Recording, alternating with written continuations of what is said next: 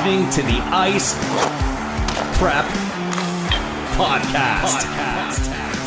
Here's your hosts, Brian and Pat. Another episode. We've made it to episode 19. We are approaching the final month of regular season hockey, which is absolutely crazy.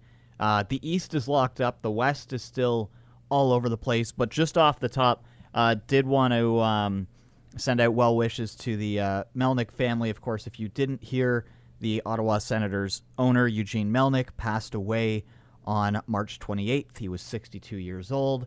So that was some sad news for the hockey world this week.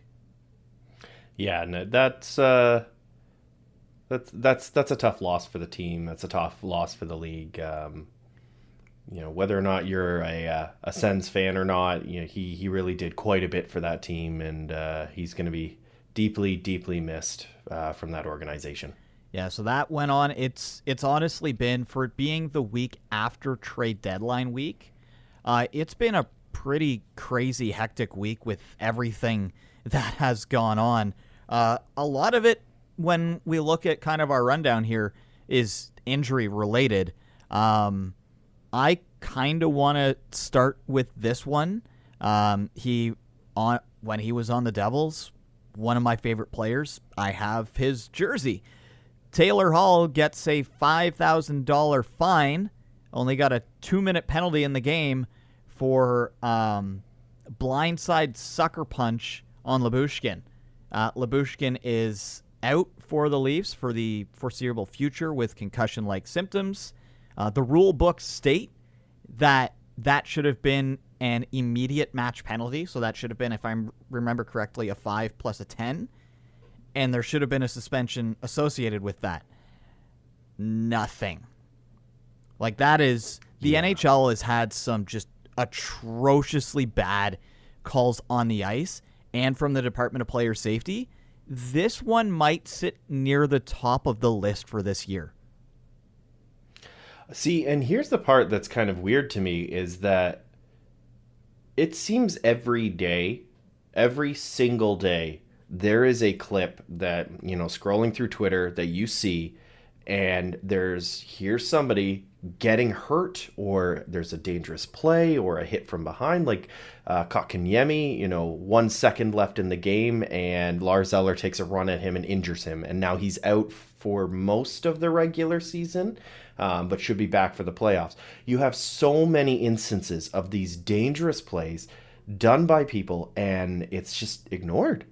I go back many weeks back, and I go to, my favorite team to talk about when it comes to deliberate injuries, because I sincerely believe this is a team that deliberately injures players.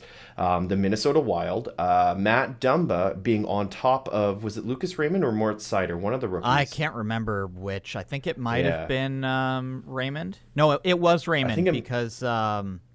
No, I don't know why I remember, but it was Raymond. That I do remember. Yeah, so Lucas Raymond is down on the ice. Sure, they had a tussle. He took down Dumba to the ice and everything like that. But then Dumba continues to punch him and slam his head into the ice, and his head busts open out the back. Raymond is trying to protect himself, and he can't. There is literally zero suspension. I don't even think he got a penalty for this. Yeah, if there was, it was a 2-minute roughing. The NHL has a major problem, and it's the NHL. Like, we're seeing there was articles that came out because Jared Bednar has kept his mouth quiet about the penalties. They're getting calls in their favor because Rod Brind'Amour, the coach of Carolina, has been very openly saying, you're all idiots. They are like, a Carolina player will tap somebody, immediately called. So, like, the NHL from top to bottom when it comes to the reffing, they need to fire everybody at the Department of Player Safety, because it is the department of protecting players that are injuring everybody else. There is no player safety. They are protecting the people that are hurting others. They're not protecting the people getting hurt. Like, it is so stupid. No, it's absolutely insane. But then you have a couple outliers, and it's probably the ones that are vocal. And obviously you look at Kadri, you look at Marchand, those are those are pests on the ice. Absolutely, they are there to get under your skin, but also play really good hockey. And they do their job really, really well. But they do get the red mist, and they do really dangerous things that deserve suspensions. And that's the thing. Like, you have to be consistent. That is what everyone's been asking for the refs as well as player safety. You have to be consistent, and they haven't been. There's no excuse. Well, doesn't Marchand now like hold the record for most amount of games suspended or something like that, or suspend? And he clearly hasn't learned, and they keep just tacking on these small ones. It's like, what happened to like the more infractions you get, the chance you're going to get removed from the league? Here's the thing with the NHL: you get to a certain amount of time, and they forget about it. It's magic. They're just like, it never happened. Poof, there it goes. If by the If there's going to be a lockout by the time the next CBA comes around, I have the feeling a lot of it is going to be based around the reffing and the Department of Player Safety, because there's no consistency, and players are getting injured and they go to defend themselves. Here's an example, because we just had Taylor Hall and Lyubushkin. Same thing happened kind of earlier in the year with Dylan Larkin. He got hit from behind, went basically head first into the boards, turned around, sucker punched the guy in a similar way to what Taylor Hall did. Larkin got suspended for that. The Department of Player Safety just showed that's not a suspendable offense. Like, if the Red Wings were a few points out of the playoffs right now, you think that they wouldn't be livid, being like, so we would have had our best player and had a chance to come in? That refs are not supposed to change the outcome of games. The Department of Player Safety is supposed to protect the players and like the integrity of the game. Yeah, that's out the window. That's completely gone. Is Joe West running the Department of Player Safety now that he's retired from MLB? Like, what is going on? No, he's just whispering in the ears, because, what else can he do other than just stand there and look intimidating with his stupid face? Anyways, no, and now, then you're also changing the entire dynamic of the league at this point. A good example is McKinnon having to fight. He did, nobody wants McKinnon to fight. No, he shouldn't be fighting. The other team does. I mean, well, yeah, true. The other team, because the other team was, gasp, Minnesota Wild. But it was also because there was a shot by Dumba that hit Rantanen in the head first with his shoulder, hit him right in the jaw as he went by. No penalty. McKinnon clearly took offense to that, and he was the only person on the ice that was willing to drop the gloves. He did. He dummied Dumba, thankfully, which felt great to see, because Dumba is just... in my opinion, he's worse than Tkachuk when it comes to turtling in a fight. Everyone likes to call Tkachuk a turtle. Dumba is you're getting close. Watch how far you push yourself there. There are a lot of words that I could describe this man, and I'm just gonna stick with turtle. But plain and simple, now you've got stars fighting. They have to defend themselves, because whether you want to agree to it or not, Rantanen's a star. He is. He's an all-star player on that line. Same with Landeskog. And if the refs are smart, they call a penalty on that immediately. That doesn't have to happen, because then the Avs go, oh, we don't have to fight. We'll just score 2 or 3 times on this 5-minute major. That's because come on, but they're penalized. But no, it's so bad. It is worse right now than watching playoff officiating, which is usually the worst officiating we see every single year. It's like they're gearing up. Gearing up for the playoffs. In such a, it's gonna be so bad. Players are gonna be out there and they're gonna be able to two-handed swing at people, and the refs will be like, "No, you know what? I'll allow it." They'll call only trips, because those are the ones that can't be a judgment call for the most part. Hi, Giordano says hi, because everybody was like, he didn't trip him. You see the camera view and you're like, oh, he did trip him.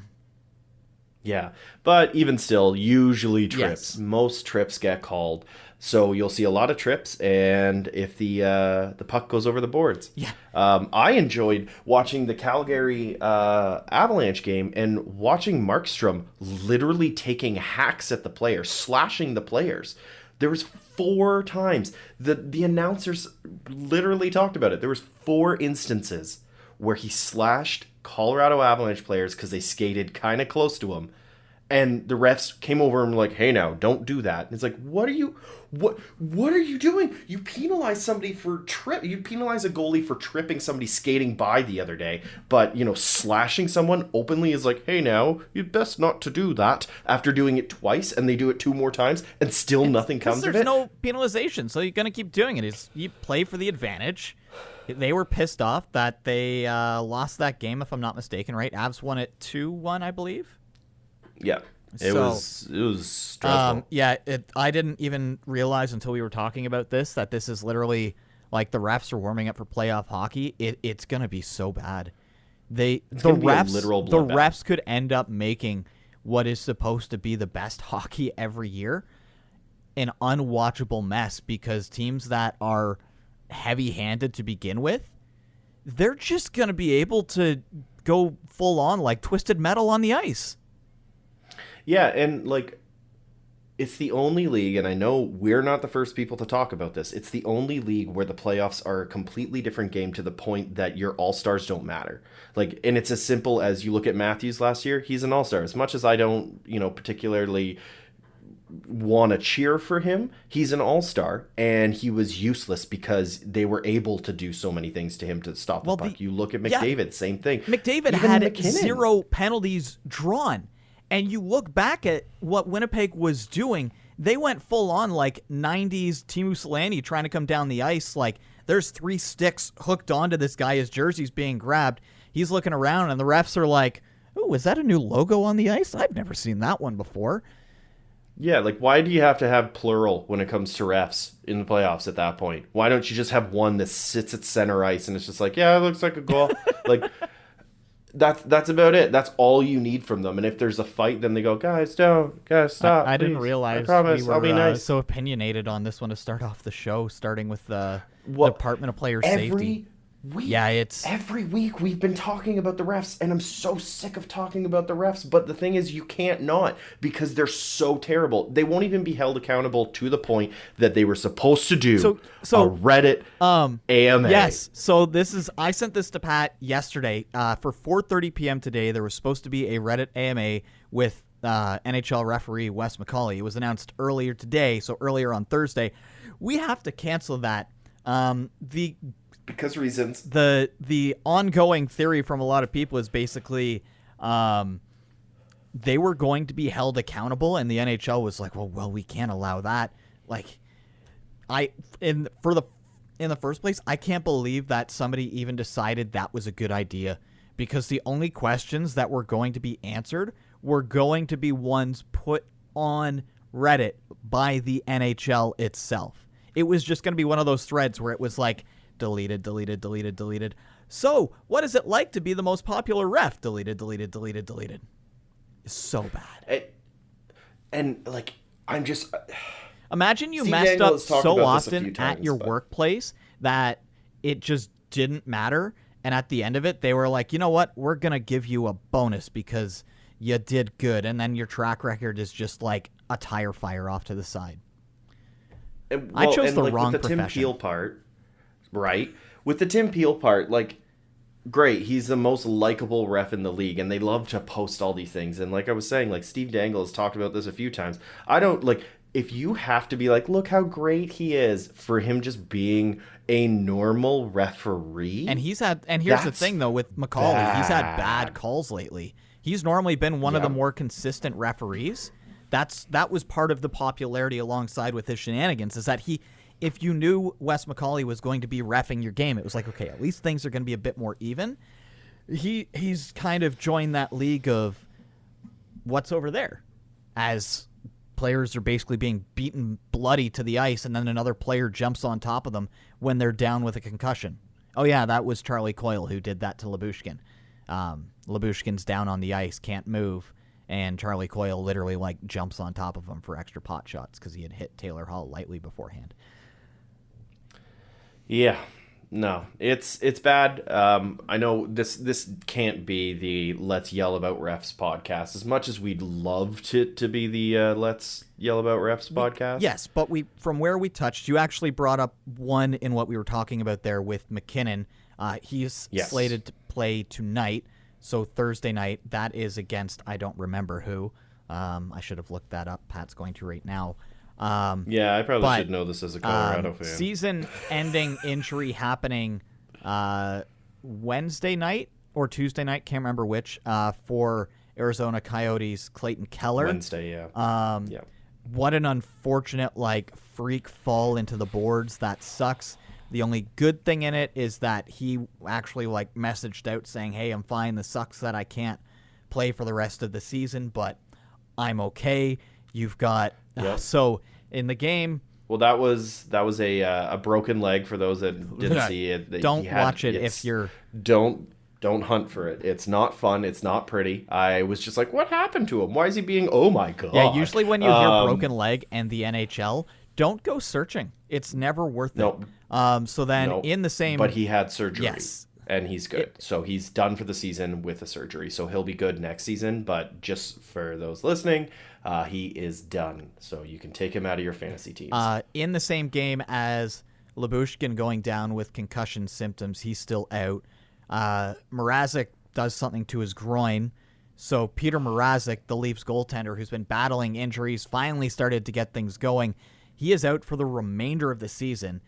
If he returns potentially for the playoffs, if the Leafs even go to him. So that one is that kind of hurts the Leafs because their AHL team had to play an E-bug and an EE bug in their last game. And right now, the Leafs tandem is Michael Hutchinson and rookie Källgren. So who knows who's going to start against Winnipeg?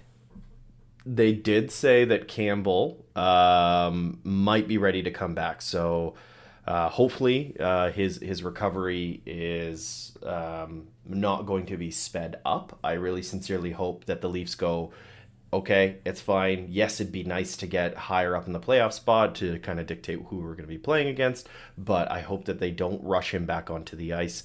Play Källgren, who's doing pretty well. He's putting up okay numbers. Nothing crazier than Campbell or Marazzick, so it's kind of par for the team. So keep him in net. And just let Campbell come back when he's ready. Yeah, don't because I rush think that goalies. if they rush him, No, because that's what happened last time with Anderson. They rushed him back, and he got hurt again, and then he was useless in the playoffs. And they've clearly rushed Marazzick back because usually goalies coming back from injury, if they're good, they don't get injured again 2 or 3 games later. I've seen that firsthand. Mind you, it was the hips with Corey Snyder. Kemper. Longtime Vancouver Canucks fans will know that with Roberto Luongo. Same type of thing. So if the Leafs are essentially a lock for the playoffs at this point, you don't know who you're going to face. Obviously, this year more than any, you need home ice advantage, but don't throw everything away when you're still going to make it to the playoffs. Yeah. It's I'm really, really hopeful that we don't see Jack Campbell on the ice, and it's not because haha Leafs, you guys suck. No, it's not good for him. It's not healthy for him if he's not ready. It seems like he's really close, so we might see him in a couple games. But I want him. It's the same thing that I was worried about with Mac. Or McKinnon. They were worried about his wrist, and the last thing I want to see is him getting onto the ice and he plays through an injury because of reasons and just aggravates it worse. He has to have off-season surgery, makes the injury even worse then, and starts to degrade his career at a young age when it's unnecessary to. And that's the thing. It's unnecessary right now for Campbell to be in net. If they lose, they lose, but they're not going to be leaving the playoff contention. They're going to be playing against a friggin' juggernaut no matter who they go up against. So just go with what they have. Don't push people. Well, the one good thing for McKinnon, just looking, so tonight they play the Sharks, and for the Avalanche sake, they're lucky that the Sharks aren't a team that play a little bit more aggressive-y, I'm going to slash your hands so hard that your gloves fall off, and then they have a home-and-home with a few days with the Penguins. So it could be part of why they're looking ahead going, how do you feel? Not too bad. Okay, these next 3 games, you should at least be able to get away without somebody trying to target you. Mm-hmm. Yeah, because there are teams out there, you've mentioned one already, that we've seen if they know a player's coming back and they're a little sore, they kind of target and headhunt a little bit. That's what this That's this league basically what pushes the for referees have people bred. to do that, right? It's why they never usually say what injury a player has, because they know somebody's going to target them. Yeah, and We're like fans of the worst sport. like that's such a dark thing. It's just like, hey, this guy. Well, it's like The Simpsons. Hack the bone. He lost a shin pad. Hack the bone. Lisa shouting as a goalie. It's exactly that, and it's just, it's a little dark. It's a little effed up, to put it like as lightly as I can. That people are like, yeah, this person broke his ribs, so I'm gonna go and try and break them further. What? Yeah, or that's when you get Leon Draisaitl is just like, I'm going to spear this guy. He is the worst person in the league for that, by the way. I may have PK Subban on my team, but Draisaitl's got a highlight reel of spearing people. Ovi's not far. That's like, true. I think Ovi's could be worse. I think the two of them are kind of on par for their thinking that they're Goldberg spearing that many people. Let's move on from kind of what we're on here. I kind of touched on this one. Obviously, the West is still fully open. We can talk about that as well. But the East is so crazy. Right now, the people that have crunched the numbers have basically said the 8th place team in the East is expected to have 102 points. Which right now the Avalanche have 100, so that's ridiculous. But the East could have like team 2, 3, like between the top 10, they could have literally the top 8 all be in the East, which is great news if you're a Calgary or a Colorado fan. But like, it also brings up the question yet again of, are the playoffs laid out right? Like, come on. That doesn't make any sense. That all, like, it should be the top 16 teams in the league, and it never is, because you're going to have teams from the West that are going to sneak in with like 80 points, and then that's not even a wild card team in the East. So it's just like, it seems so backwards that here are these teams that aren't playoff teams. They aren't. And they're able to squeak in, and you have other teams that have fought so hard to get their numbers up. Like Columbus, for instance, I'm willing to put money on the fact that Columbus should be in the playoffs if it was the top 16. Well, they will be in the top 16. Yeah, at least if you're going to do the playoffs, that they never would, just because of the travel for some teams would make it completely unfair. But go back to it being 1-8, 2-7, 3-6, 4-5. The fact that, like, once again, I'm not a Leafs fan. The fact that once again the Atlantic could be consisted of the number 2, 3, 4, and 5 in the entire league. Wild.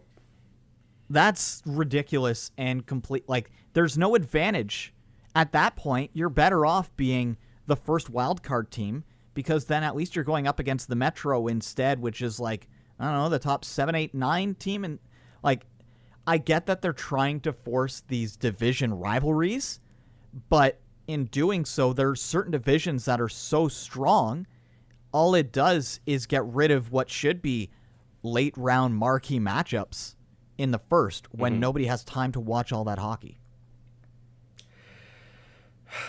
I don't know. It's tough, and like,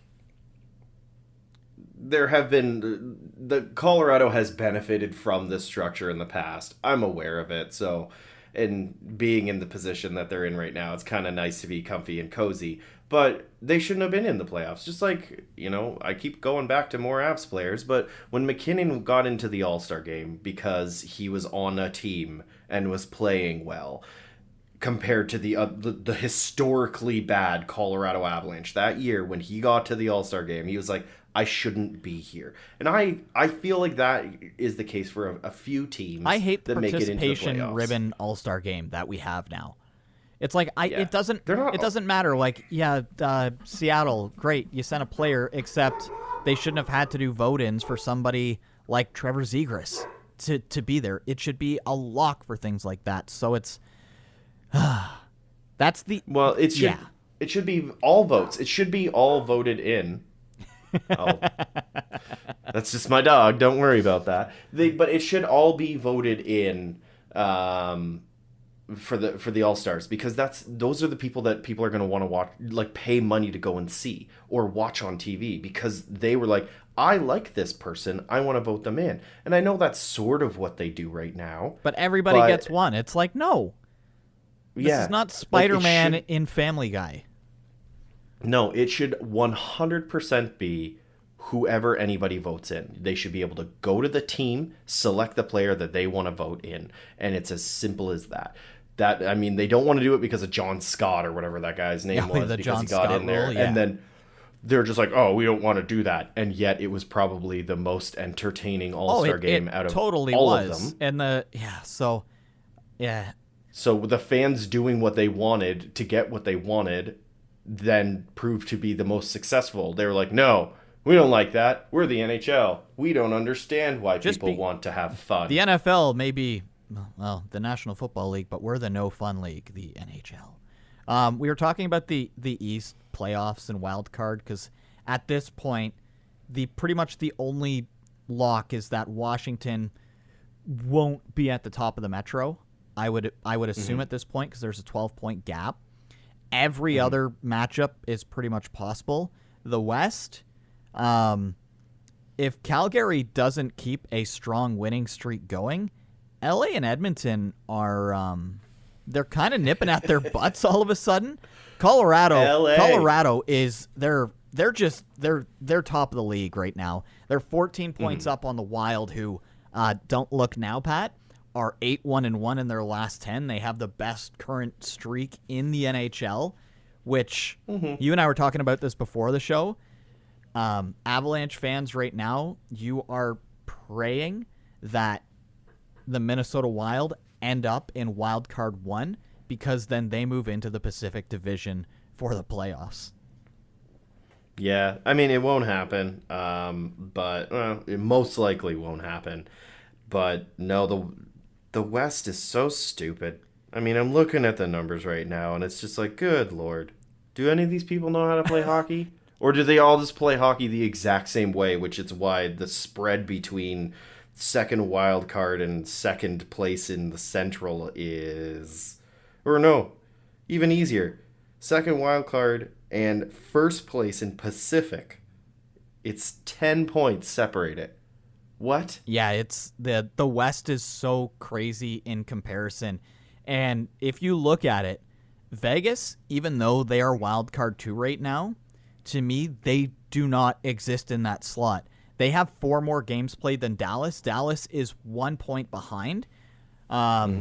If Vegas can't figure... Vegas probably needs to almost win out the remainder of the season at this point for Dallas to not leapfrog them. I don't think Winnipeg or Vancouver make it in, which is unfortunate for Vancouver, because they are playing over 100-point pace with Bruce Boudreau as their coach. Unfortunately, Travis Green put them in way too big of a hole at the start of the year. Edmonton got very lucky to turn things around. They didn't really change much. It's just like things started to click. They're 7-2-1 in their last 10. I obviously Koskinen's been able to stop pucks lately, and he remembered he was a goalie. Yeah, he remembered. Oh, I'm getting paid to be a goalie, and it seems like Mike Smith. They were like, ooh, maybe we'll just overwork Koskinen and get us into the playoffs, because hey, it's working for them. We mentioned this, I believe it was last week, because St. Louis has been leapfrogged by Minnesota since we last talked, and we were looking at St. Louis being like, they're struggling lately. They've won 2, but the West, unless your name is Colorado, you're not safe. You can still easily fall out of a playoff spot. I've not seen anything like this in a while. It's so much fun that it could come down to game 82 for not only positioning, but like we could see a team go from out of the wild card into a divisional top 3 spot. Yeah, with like 2 wins. It's like Nashville right now is at 82 points. Minnesota is at 86. Nashville is in wild card. Minnesota is second. So like it was like the whole thing is so friggin' stupid. Well, it's like looking at the Atlantic. We've literally watched Tampa, Toronto, and Boston in their last 3 games. They just keep swapping where they're sitting, and they're all at the same amount of games played. So that to me is one of the craziest things. Of course, the Leafs have some matchups coming up against both Florida and Tampa. I believe they played Tampa twice in the next little bit. So we're getting to the end of the season, and this is going to be fun for me as a Devils fan because we've got quite a few games against teams that are fighting for playoff spots or for positioning. And this is when you hope a team like the Devils can just raise hell and mess everything up. Well, if you want to, I think before we move on from this topic, because I don't think we need to spin around too much further into it, if you want to understand how dominant the East is, in the top 10, there are only 2 West Coast teams. That is dumb. And one of them is one only of them by sits 4 at the points. top. Yeah, it's literally 1 and 1 and 8, right? Or is it 1 in 7? Oh wait, no, I'm Or so 1 and sorry. 9? I'm so sorry. There are 3 in the top 10. So you've got Colorado at 1, you have Calgary at 8, and you have Minnesota at 10. But And that's just because the East ran out of positions, essentially. yeah, pretty much. Washington is only 2 points behind Minnesota, and Washington is fighting to stay in the playoffs technically. Like They've made it, but yeah, right now they could get bumped out if they lose the rest of all of their games and Columbus wins all of their games, but that won't happen. Whereas Minnesota is second place in their division. That's how stupid this is. That's why I keep saying it's stupid, because there's an imbalance, and that doesn't make any sense. the Metro, all 3 teams are above 90 points. The Atlantic, 2 of the 3 are above 90. The Leafs sit at 89. Boston sits at 87. And then, they're nothing close. It's just Colorado's the outlier with their ridiculous 26-4 and 3 home record. Oh my god!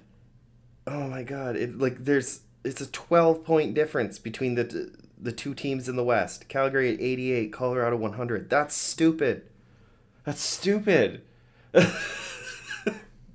Oh my god, what is this league? Yeah, and then meanwhile, so that's between 1 and 2 in the West. In the East, between number 1 and second wild card is 12 points, except the bottom starts at 84.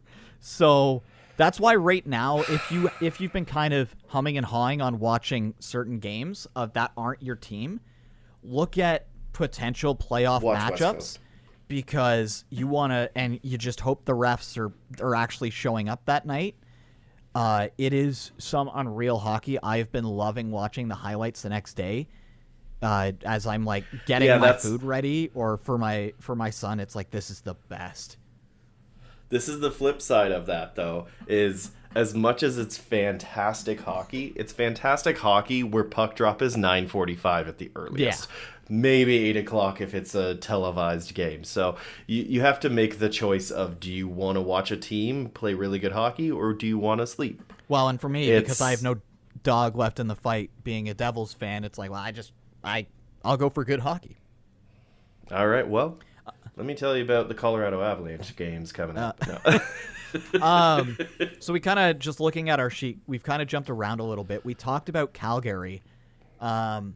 I've kind of seen this talked about online, but what is going on with Sean Monahan?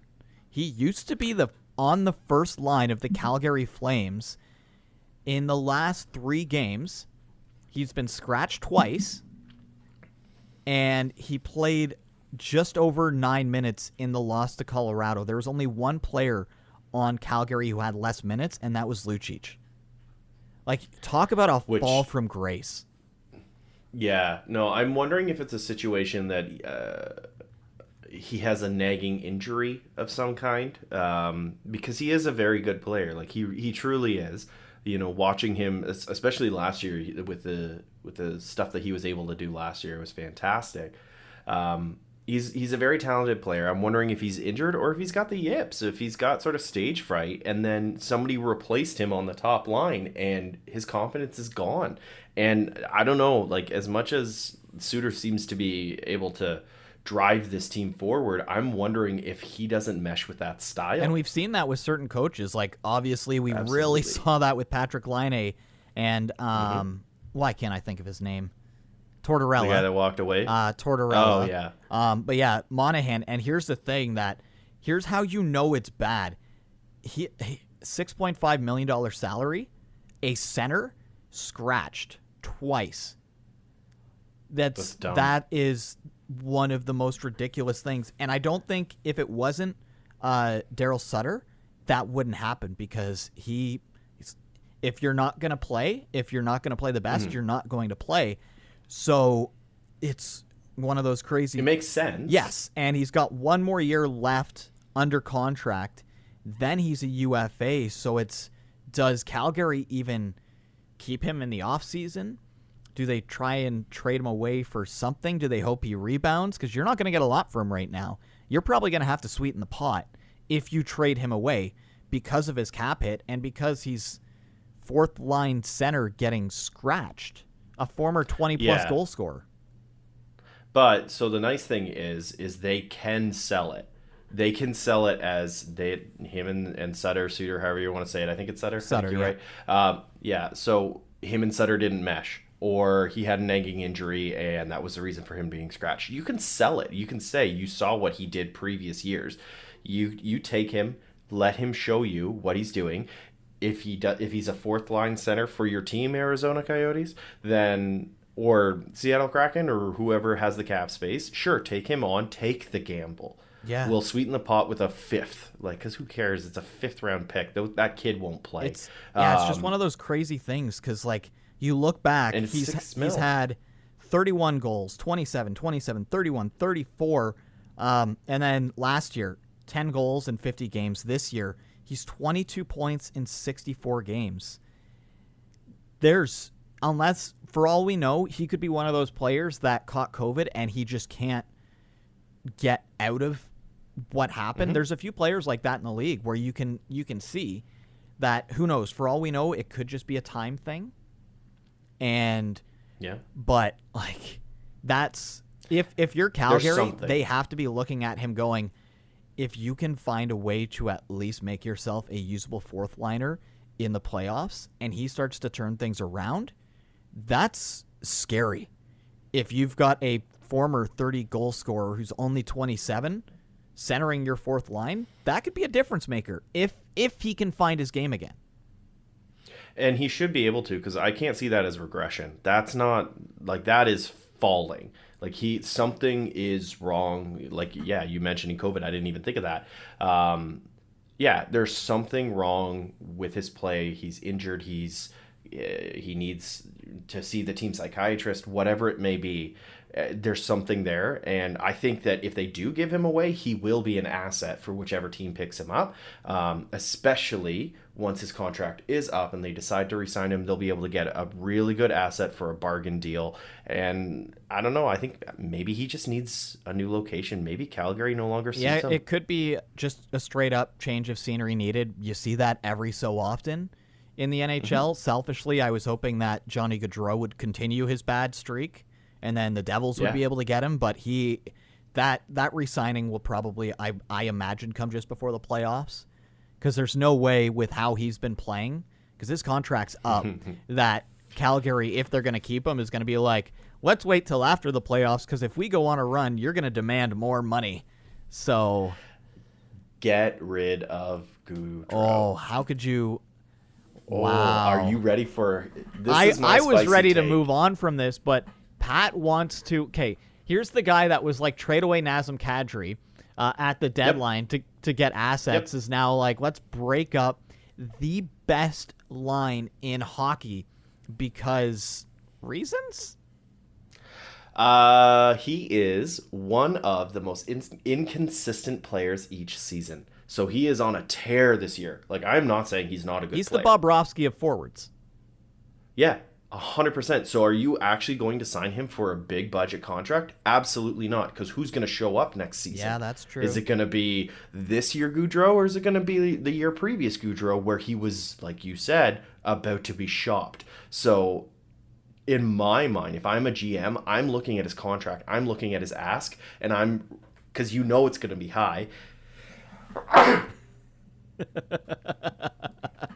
Bless you. Thank you. You know that's going to be...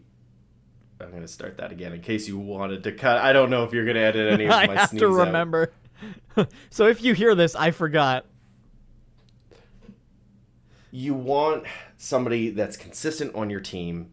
And, I mean, we're talking about Monahan being inconsistent. Absolutely. He's had 2 years of inconsistency, not so great. But Gaudreau, I don't trust him. I do not trust him. It was only 1920 and 2021 where things were off for him. You look back, he rookie year for him, put up 64 points in 80 games played in the playoffs. That's pretty good. 78 the next year, 61, not as good. 84 points, 99. He's already at 90 this year. The 2 years previous, so you've got both COVID years, 58 points and 70, 49 and 56. So that's actually not that bad. I think it's a case of it looks worse than what it is. And now that he has line mates that are going to be with him for a while, you just never know. See, and I look, this is why I'm bad at like, there's no way I could ever be a GM, because I would look at that and be like, ooh, okay, he's having a huge year. We can make so much money off of this. Except you and by can't money, I because mean he's a people. UFA. Well, that's... so that ruins your whole... I thought he was an RFA. No, he's a UFA. He's... Okay, yeah, then they're screwed. Yeah. So they're going to have to sign him, and he's going to demand a crap ton of money, and then if it was me, I would sign and flip. If he signs for, just because of how it's been, I think 8.5, maybe for 4 or 5 years, so you don't fully sink yourself. But if it's any higher than that, I wouldn't be surprised if Calgary does sign Johnny Gaudreau, it comes out before the playoffs. Because, like we've seen before, teams can go on runs, and suddenly that dollar value goes way up. Look how much Blake Coleman made. Look how much Barclay Goodrow made. Certain times you don't want to wait. It's why the Devils paid Jack Hughes 8x8 early on in the season, and everybody was like, "Oh, an overpayment." Now everybody's looking at that, going, "Oh, you know what? That might actually be a very good deal for the Devils going forward." Yeah, 8x8. If he's able to play the way that he's playing, absolutely, that's either going to be a steal of a deal, or it's going to be like, yeah, he's worth that. Like, I can't see him dipping below the, is $8 million too much for him? Because he's a solid player. He's very good. Gaudreau, yeah, I don't know. He's always been, and by always, I mean like the 4 seasons? He's been a huge question mark to me. I see him play, and it just... He seems very, like, if he gets lost in his head, he gets lost in his head. Well, and you can also look back the last 2 years, his center was Sean Monahan, who's been down. Before that, when Monahan was playing, he seems like one of those players that he needs that if his line is going, if he's got a good energy line, he plays to it. So it's one of those, who was the product of the other? Sean Monahan starts to dip, Gaudreau starts to dip, Monahan gets pulled away, Lindholm and Tkachuk go up with him, and then Johnny Gaudreau just skyrockets. So that's why, yeah. Well, the fact that Lindholm wasn't on the top line, the fact that it wasn't Gaudreau, Lindholm, and Tkachuk on the top line in the first place, I don't understand that. Those are 3 completely complementary players. Like, you've got Tkachuk who goes to the net and will beat anybody up in front of the net for you, so then you can have Gaudreau, who's got good skill, good hands, everything like that, and he can do things with the puck. And then you've got Lindholm, who's the most underrated player in the entire league. And, like, I'm not even a Calgary fan. I don't even watch that much hockey, but I see him on the ice, and I see him on the ice. Yeah, the whole time. Lindholm I know where he is. Probably one of the best, like, trade acquisitions in the last few years by any team. I sincerely believe he is the best player besides Markstrom on the Calgary Flames, because he is... Nobody sticks to him. Nobody cares when he's on the ice, and everyone should care when he's on the ice. He's so good. He's so good. He is the perfect definition of sneaky good. Oh yeah, like who like just everyone would be like Lindholm. Which one? The one from the Ducks? Is that the one you're talking about? You know what it reminds me of right now? Thinking back, you saying that. It's the same type of thing of Philip Deneau last year in the playoffs for Montreal. Everybody was, oh, wow, he's really good. And then you see him this year in LA, and he's putting up numbers that were like, he's not supposed to do that. So maybe it was the coach, the coach, or the rest of the team, or I want to move on from there. We're gonna stick out west though. There's something on our notes that says, "Excuse me, Seattle. Check your Facebook right now, Pat. Your messenger. I just sent you something. We've talked a lot about amazing jerseys on this show. It's kind of become like a theme every single week. The Seattle Kraken announced their Pride Night jerseys, and I would really like your initial reaction to this, Pat. This is is it Pride Night or is that it is for transgender? Pride Night? Wow. If it's for transgender, no, that is for Pride Night. It even says if you go over it, that is their Pride Night jersey. Look, I like the jersey. I think it's a nice jersey. I think it misses the mark on Pride. If it was for we're recording today, I can't remember the full title Trans of the Awareness Day, I believe. Trans Awareness Day. If this was for trans awareness, absolutely, that hits the mark. I think that's a fantastic jersey for that. But yeah, that they're missing. It doesn't scream Pride like other jerseys have, like the Canucks one, for instance. The Canucks and the Devils one this year blew it out of the park. So seeing this, like even Kraken fans are basically calling it the Aloha jersey. Yeah, it looks more like Hawaiian Pride than Pride Night. So I guess a type of pride, but just the wrong type of pride in this situation. It's not ugly. I think it looks nice. I like the design of it, but it doesn't. They didn't read the brief right. I work in marketing, and pretty much there was a brief that was put in, and they were just like, "We got to make a jersey. All right, well, what's it for? You don't know? Okay, well, we'll just do this. This is what it felt like. That's what it kind of feels like to me, is that they didn't really read the whole brief, and then at the bottom it was like, "P.S. This is for Pride Night," and they missed the P.S. The design that they did with it, some slight changes, and it could have been on the list of like all-time jerseys because it would be so unique looking.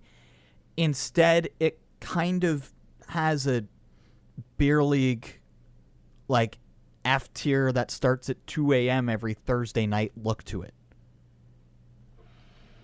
Yeah, it's weird. Especially compared to some of the amazing ones that we've seen in the NHL this year from most teams, and the ones that stand out are phenomenal. Like, look at the Canucks one from the other night. Oh, the Canucks. The Canucks have hit it out of the park with every single jersey they have done this year. Like, I can't, like, the Indigenous one that they're going to be wearing, or if they, I believe they wore it last night. I can't remember. If the Canucks are not petitioning the NHL to be like, let us wear these during games, then all the change that they did this year to their organization, to me, is not worth it, because that is how you grow the game. Yeah, that's how you sell more jerseys. Yeah. Like, you want to make money for these causes. The reason that you're doing these jerseys is to raise awareness and support local communities and those that are, suffering, or whatever it may be. You want to support these, then play with them on the ice, so it's more exposure, more people see it. You do the auctions of the game-worn jerseys. Yeah, so that there's not just 20 jerseys only that exist. You want everyday people to be able to afford these and buy them. Or instead, and you want to buy them. The Canucks Pride jerseys, which you could buy, by the way, were $600 in their shop. That's not how it's supposed to work. They're $55 from a website that will remain nameless, so it doesn't get taken down. Yeah, I saw that one from the Kraken, and I thought it was a joke at first until I dug deeper, and it's like, oh, that's their Pride Night jersey. It's, as you said, if it is supposed to be for Trans Awareness Day, it does, because the colors match that. Yeah, absolutely. But It's I do want to say one other thing sort of on this topic. In Ontario, there have been a few games, and I saw one the other day, and I sent this to you, and I sent it to my wife actually too. And it was for the ceremonial puck drop. They had a drag queen drop the puck. If you sent that to me, I think I missed that. Oh, okay. So, one of the drag queens that performed on Canada's Drag Race, their name was Juicebox. They were the one that dropped the puck. And they commented, I think it was the next day, because unfortunately there's so much toxicity on Twitter. I call it the hate machine, because that's pretty much what Twitter is. And they commented and they said, this was one of the first times that it was the Oshawa Generals actually who said this. And they said that this is probably one of the first times that some people saw a person on the ice that they felt like they could finally connect to when watching hockey. And they said, this is who we are, and this is who we are moving forward. And, you know, as much as it's Oshawa, like, I'm sorry for anybody that lives there. No, I'm kidding. I don't know anything about Oshawa. It's all through word of mouth, so I can't really speak to that in the slightest. But that was awesome. That makes me so happy to see that they took it upon themselves to not only have that moment for for people who are watching that may not feel welcomed in the hockey community, because there are so many toxic people that just want to shoot people down because of who they are, which is disgusting. To have a moment where they can see someone who's like themselves be able to do this, and then for the Oshawa Generals to double down, and Colorado did this as well on their Pride Night. Yeah, when they posted things. The person that was in charge of their social media that night, if they didn't get like a still raise or bonus, oh yeah, they're still going hard at it, and good for them. I was just looking up the Oshawa Generals thing there. Alongside that, they were selling their Pride Night T-shirt that night. That is a phenomenal looking T-shirt, because it's basically different pictures of sticks with the rainbow color tape to make the rainbow across. Yep. Looks amazing. Don't go looking into the comments from the Oshawa Generals post on that, because I hate to say it, some people out there are absolutely disgusting human beings. You know who you are. Mm-hmm. But it's nice to see, especially in the OHL, things like this. It will happen in the NHL as well, but it's got to start small, and it's like, it's a small market. It's a small crowd, but at the same time, like, you know that their demographic may not be that demographic, and they don't care. That's the thing, because it's more important to be inclusive than the people, like we said, that are disgusting people that don't want to be inclusive to these people, that all they want to do is just be themselves. So what's wrong with that? Well, not only that, to have the foresight to think, okay, we have our Pride Night coming up. Who or what do we want to bring on to help promote, to be a part of this? To have the insight and the foresight to say, well, why not bring on a drag queen? It's genius. Yeah, I wouldn't be surprised. Like, not only just a drag queen, but one that was on TV. I wouldn't be surprised if we see a team like New Jersey, who's been very open with this, like Colorado, like Vancouver, next season on their Pride Nights, do something similar. Hell, half the teams in the league, when they do a Star Wars night, have somebody in a cosplay Darth Vader suit dropping it. What's the difference? Yeah, like I went to a baseball game in Oakland years back, and it was Star Wars night, and they had themed Star Wars fireworks. They literally like recreated the lightsaber battles using fireworks in the sky, but bringing a drag queen onto the field is it's too far. That's too much. Come on. No, do better. Bring this in. Do more of this stuff. Plus, drag shows are super duper entertaining. So like, all you're doing is bringing more entertainment to a game that people already enjoy. Just do it. Just stop pretending that you actually care and show that you care. And good on Oshawa for thinking outside of the box on this one. It's the more I'm looking at this, the more it's like that was a very good move by the Generals. Outside the box, because they brought Juice box? That was not intentional. No, you didn't like that? Okay. I wish that one was intentional, but unfortunately it was not. The Ice Prep Podcast presents Games of the Week. I don't think there's any good way to transition out of that, so it's just easier to play the music bed. Just hard cut. Hard cut. Hard left. We're making a hard left on this one. So the last week we had 3 of the 4 teams that we picked are right now currently sitting 1, 2, 3 in the Atlantic Division. I picked Panthers and Leafs. Leafs winning that game, surprisingly. I had said that they were going to win both games that weekend. Of course, Montreal decided to spoil that one because, as we all know, Montreal just beats Toronto when it matters. You had the rematch of what was a baseball-style dugout-clearing brawl at the end of their game the Tuesday before. How did Tuesday night's game go?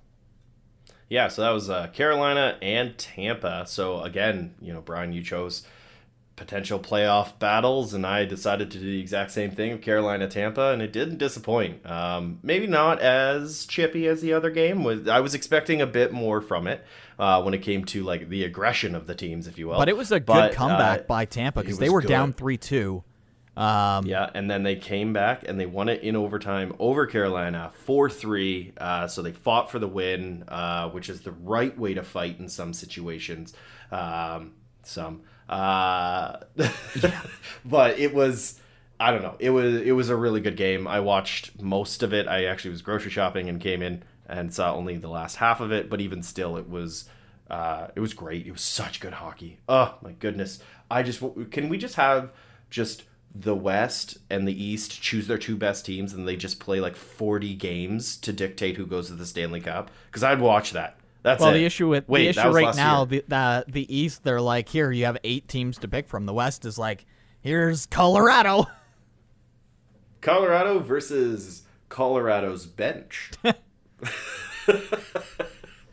So looking at this week, we've talked about this, I don't know how many weeks, where we're not actually going to let the other person see what we've picked. So we finally decided to do that, which leads me to, I'm very curious if we actually ended up picking the same game or not. I have a feeling we did, but let's see. What day of the week? We'll start with that. What day of the week did you go with? Monday. So there's 4 games on Monday night. Did we both pick the matinee event? I'm not going to lie to you right now. I don't know what matinee means. Like the late showing. The late. Yes. Yeah, so you picked. I always thought matinee was early. And then Maybe I do have every it single wrong. time Let me look. Matinee. Okay. During the day. Yeah, no, I am totally wrong. So Pat's right on that one. Oh my goodness. I'm the writer. I should probably know this. So not the matinee showing, but I guess the late show with LA and Calgary. Yeah. I was like, oh, Pat's going to pick one of the 2 Avalanche Pittsburgh games because that could be. No, I told you I was going to be picking games where it's playoff teams against each other in the same division, and yeah, there is a slight chance that they could face each other in the first round if LA goes on a bit of a slide. And I wasn't picking it because of that, the potential. For me, it's looking at the Flames' current coach, Daryl Sutter. Who's the coach that brought LA to their Stanley Cup victories? Oh, I know. Daryl Sutter. And we spent a lot of time talking about the Flames earlier, so it's kind of fitting. Mm-hmm. But LA, like the rebuild is over. Anybody that might be listening to this, did you know that LA was second in their division? Did you know that? Yep. I didn't. If LA was in the East, they'd be 2 points out of a wild card spot. That shows that, that's crazy. They are 36-23-10 right now. My favorite stat about them, they are +1 in goal differential. Sure. And if you're any team in the West, you do not want to have to face Jonathan Quick if you can figure in the playoffs. We've seen him before. He literally dragged his team out of the first round with like a 9.8 something save percent, and the losing goalie had like a 9.7. Jonathan Quick is like one of 3 goalies you never want to see in the playoffs. The other two aren't playing right now. Yeah, and I honestly think my favorite part about the LA Kings is here they are. They're on this tear. They are absolutely killing it. Their number 1 point getter is Kopitar with 57 whole points, followed by Kempe with 42, then Trevor Moore with 41, Philip Deneau with 40, and Arvidsson with 40. These aren't numbers that you would see from a team that should be second place in the division. They have the least amount of goals scored by any team currently in a playoff position, which I find this crazy to believe that the second lowest right now is Boston with 204. LA has 199. Like, the New Jersey Devils have more goals than LA Kings, but LA's just, they're winning these games. They're a very tough team to play. It's the chrome buckets. It's the chrome buckets. That is what's carrying them. Anybody that's been dumping on the silver helmets. The chrome buckets, by the way. So, me too. LA Calgary, for me, it's a battle of the goalies at the end of the day. Because Markstrom has 2 modes. You're not going to score on me no matter what, or you're probably going to pot 2 or 3. As long as... He's not had a lot of blowout games against him this year. If Calgary can keep LA to about 2 goals, they can't lose the game because LA just doesn't score enough. But it should be a fun game. I have the feeling a lot of people, including myself, will be catching the highlights of this one. But I'm going to see if I can try and stay a 10:30 start on a Monday night. I just borrow time. That's all I'm doing is borrowing time from tomorrow. I'm borrowing happiness from tomorrow. That is impressive, though, that the first time we don't write down, we end up selecting the exact same game. So watch this be the worst game of the week that we've had thus far. Oh, yeah. It'll be 1-0, and it'll be 17 shots for one team, 11 shots for another, and it's 1-0 going into shootout, and there's 17 rounds of shootout, and everybody misses the net. Literally the worst possible scenario. I didn't know that no fights, I didn't know that penalties. The Devils were playing a different team that we had picked there. Oh. Yeah. I don't know. Well, I mean, the Devils won a shootout the other night, so that's going for us, which is nice. One thing we didn't mention, I guess we should quickly. Connor McDavid, first player to hit 100 points this year. Leon Draisaitl will probably be second. He's at 97. Fourth place, Johnny Gaudreau at 90. It's a crazy year. Mm-hmm. Yeah, well, and Abs are the first team to hit 100. Yeah, Abs hit 100 points too, before Connor McDavid hit 100 points. I'm not sure which is more impressive or scary. It's been a while since a team, or no, I guess, no, they're like the 5th fastest, I think is what I saw a graphic on the TV the other day. I think that Avalanche were the 5th fastest to hit 100 points, and then McDavid, this is the 5th time, another 5th time that he has hit 100 points. Gretzky has done it 8, so he's going for some of Gretzky's titles, which is crazy to see. I think that about wraps it up for under the Oilers. That wraps it up for this week. Next episode, we're gonna hit the big 2-0, which is crazy to think about. Our podcast can officially drink in Canada now if episodes were years. So thank you everybody who has tuned in and joined us for all of these so far. You can find us obviously social media, Ice Prep Podcast. We are everywhere that you can listen to a podcast, Ice Prep Podcast. For once, we didn't talk about the weather. Figured I'd throw that in at the end there because, hey, it's not raining or snowing right now, which is nice. No, we're just under a wind warning. Anything to add before we wrap up this episode, Pat? 2 things. One, we haven't talked about my Tim's picks for a bit, and I got 7 days in a row right, which means I get free coffee for a week. And number 2... and this is what I'm going to put my stake in the sand here. Get more drag queens into hockey.